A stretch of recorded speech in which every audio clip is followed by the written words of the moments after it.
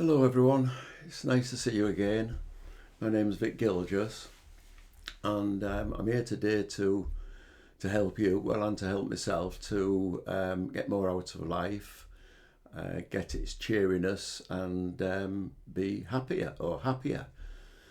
Um, I'd like to start today first of all, to tell you that what I'm going to hope to do today is explain and deepen your understanding of how you tick, how our mind works, in order to, that by understanding it, that we can basically live a better life. And to explain the title of today's video podcast, I'm going to read out some song lyrics to you by a guy in the 1970s called Marv Johnson, 1960s, the golden years, as it were, my years, I suppose. And it's called You've Got What It Takes.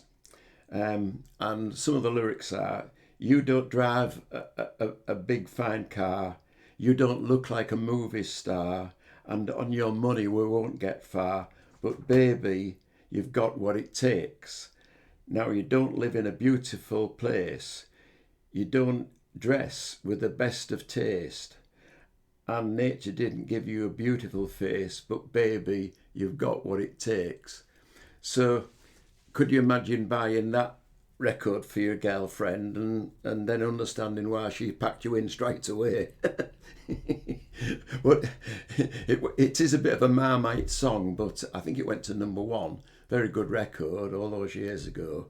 And that's what I'm hoping to do today, is explain to you and deepen your understanding that in you've got everything that it takes to, get through life in the best possible way and enjoy life. That's what it's about. I'm going to do this in a way through the 3 principles that Sydney Banks explained when it came upon him in the year 1973, and I think he died in 2000 or something, 2006 or something.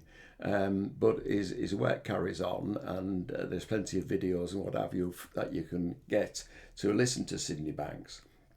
And as I've just said, he talked about the 3 principles of mind, consciousness and thought. And that's what I'm going to do in simplified ways, I hope, today. Not that he didn't do that, because he did. But I'm going to talk about it in terms of the principles. Because the 3 principles are the fundamentals. We, as a human being, both spiritual and material, in this material world, that's what we've got. It cannot be boiled down to anything simpler than the fact that we have consciousness, we are aware, that we have spiritual energy. Mind is spiritual energy flowing through us. You can call that the Holy Spirit if you want. And thought. Mind, consciousness and thought. Now, thought, if you look at thought is everything. And when I say everything, everything that we see in this world, that we have in this world, is as a result of somebody's thought, from toys and spectacles. I used to work on aeroplanes, designing aeroplanes, and then manufacturing aeroplanes, and then flying aeroplanes. It all takes thought. So thought is everything. And in that sense, it is wonderful. We need to understand the subtleties of thought, because although it's everything, it can be that thing that gets us down, that breaks us. And it doesn't have to. The science around it, there's lots of science around it, is that we think in very aware and cautious ways, because in the past we had to hide from, hairy mammals or what have you, things that were going to attack us, the next mob of cave dwellers. So we always had to be on our guard. And that, even though millennia have passed since then, that is still there in our kind of basic limbic systems, that we have got to be aware and essentially think that things could go wrong. So we're always on the guard. And this is the starter hope of, don't take this seriously, but I don't really mean it when I say don't take your thoughts seriously. But some people do take the thoughts very seriously, especially those that are frightened of everything, because we're built that way. We don't have to be frightened of everything. As regards the past, as regards the past, we can dwell on things that went wrong, and the past is over and done with now. But it's understandable that because of attachments, people do keep that alive, so that can upset us. As regards, and science again has shown through false memory syndrome that we can often be confused about the past and, as it were, reinvent the past. And we can do with neuro-linguistic programming tends to get us to reinvent the past in a good way. There's nothing wrong with that, I suppose. As regards the future, the science shows that we are very poor at predicting. There's no doubt about it. And so when we worry about what we think might happen in the future, just be aware that that future, we often get it wrong. And the future, well, there's only one thing that we've got, is the now. And often our thinking is not in the now, and that is a problem, that we're dealing with the past or the future. We're not in the now, and the loveliness of being in the now is that we can be fully aware of the greatness and the wonder that is around us. And if we're in our head, up in our head about other stuff, past and present and worries, then we're not. As far as I'm concerned, and I see this in a lot of other people as well, I look upon thought as my best friend, in terms of when I'm up in my head, and I am, everybody gets like that, I'm talking to myself about stuff, I'm thinking about stuff, I enjoy making up stories, I enjoy abstracting. At one time I used to write management games, and I just loved using intellect and using that type of my mind, which everybody's got, the abstractions that we can go to, which is when we say, somebody invents an aeroplane and how to design and manufacture, that is the good part of thinking.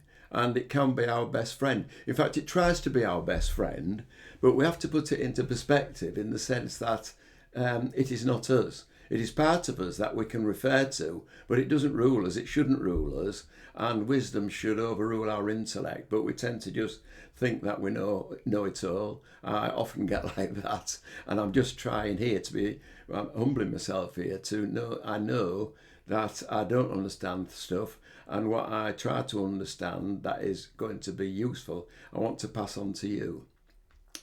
So yeah, we can have upsetting thoughts though. Thoughts about the past that upset us, that if we dwell on them, maudling around on them,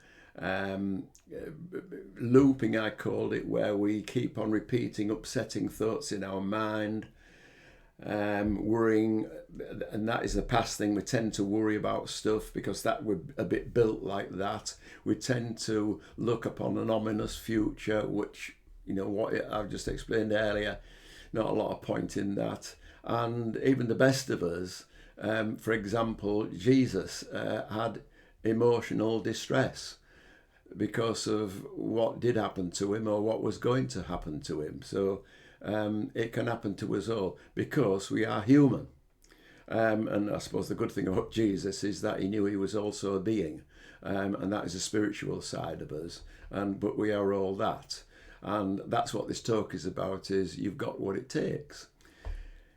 The thing about that keeps us stuck in thought is that if we have a thought that we don't like, we try to fight it. Because we want to do something about it, or we want to think more how we can solve the problem that we've got to get that thought, that type of thought or types of thought to go away. That just kind of keeps things alive. And at the deepest kind of level here, we've got to, again, although it doesn't always help, realise that our thoughts aren't real. They're what we make up. They're not the truth. They're our truth, but they are not the truth, and I've talked about that before. So you keep things alive by opposing it, by distracting yourself away from it, because it's always there, and that is life. And I used to, when I was a young man, try to write down my problems and as a way of resolving them and getting some answers. But one of Sydney Banks' quotes is, "You can't think yourself into a quiet mind." And that is very true. When the mind is in turmoil over all these things, trying to think about how to get out of that turmoil doesn't always give you the answers. There are other ways of doing that. This is what I'm here in this podcast to talk about. It is about a state of no thought. So we're talking about quietening down to our thoughts. You often get this in meditation where you are calm, your mind is on something that is not your worries, if it's got to be on something. But often when you do get peaceful and you are in a tranquil state, then there becomes what I call a pause before thoughts. And that is when we're not being entertained or kind of in a state of being held by our human ego type thoughts. So I would say that when we go to before thought, so we're not necessarily concerned with anything that is our issues, and our mind is quiet, that is when and you'll have noticed this yourself, I'm sure, that is when you will get some answers. Dr. Amy Johnson talks about, and I'm bringing this really up to date in, I think, what she comes across with the latest thinking, and she's evolving, I think, the thinking on thought, is that when you don't kind of run away from a thought, you don't kind of focus on the thought. When I say run away, distract yourself, or the other way is to fight the thought and what can I do about this? So you went what I call the wild goose syndrome. And she talks about just going with the feeling. In other words, and not having any attachment to that feeling. It's just the feeling. It might not be a good feeling, but kind of forgetting or removing, if you can, as much of why that feeling's there. It's just there. It is a feeling. It's there to tell you something.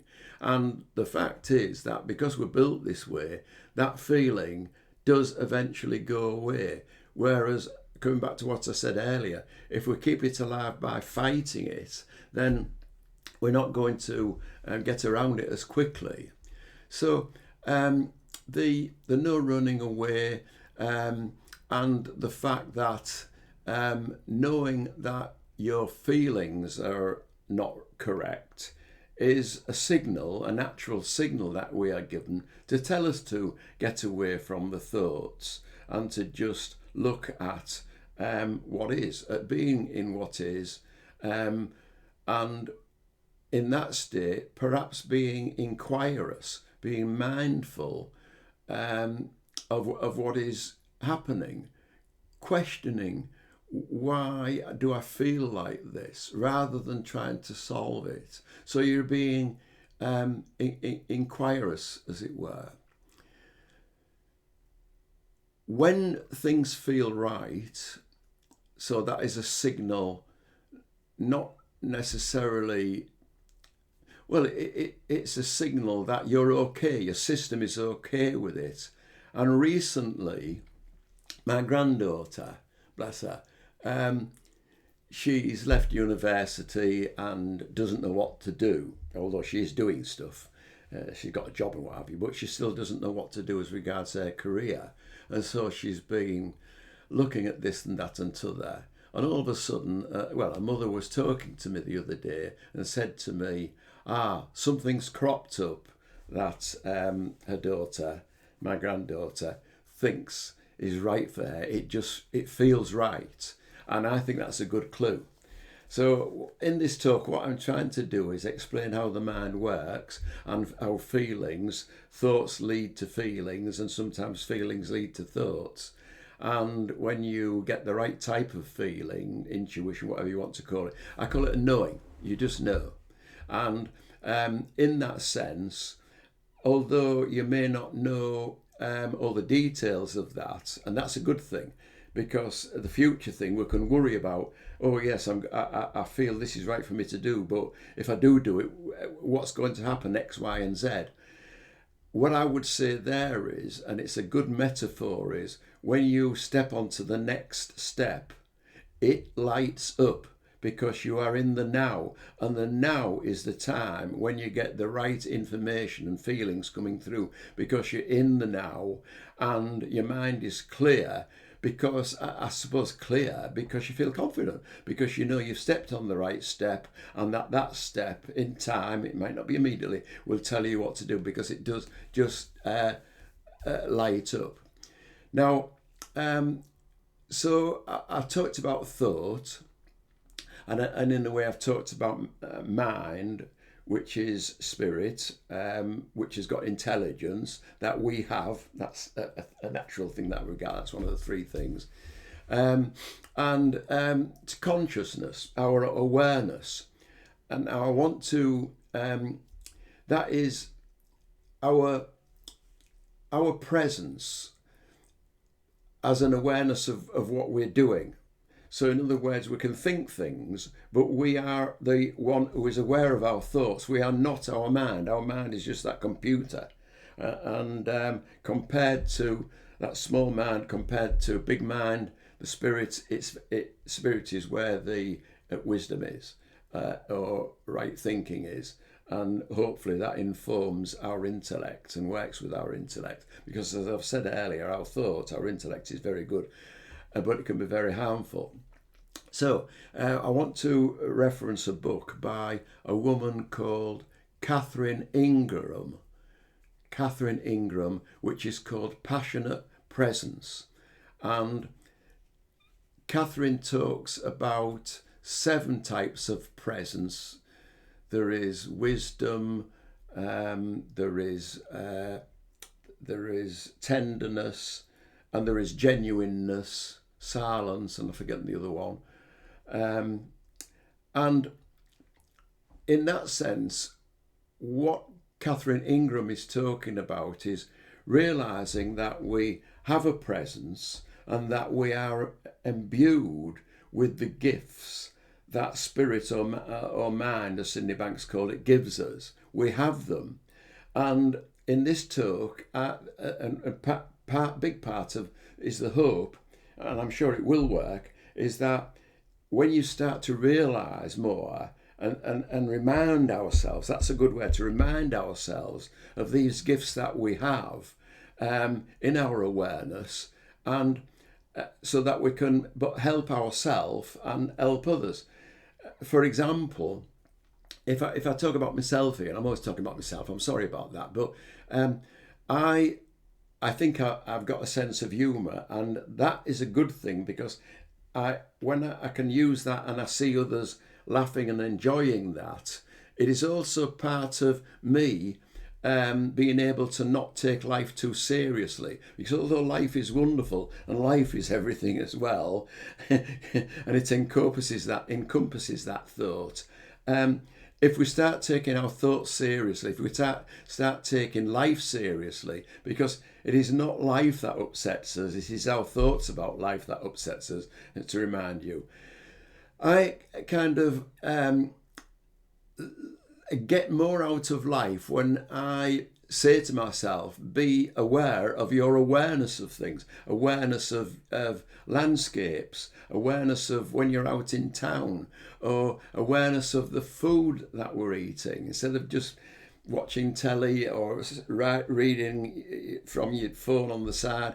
Not, in other words, I've started to learn to, and I'm not trying to preach here, I'm just saying that once you develop this awareness, you get more out of life.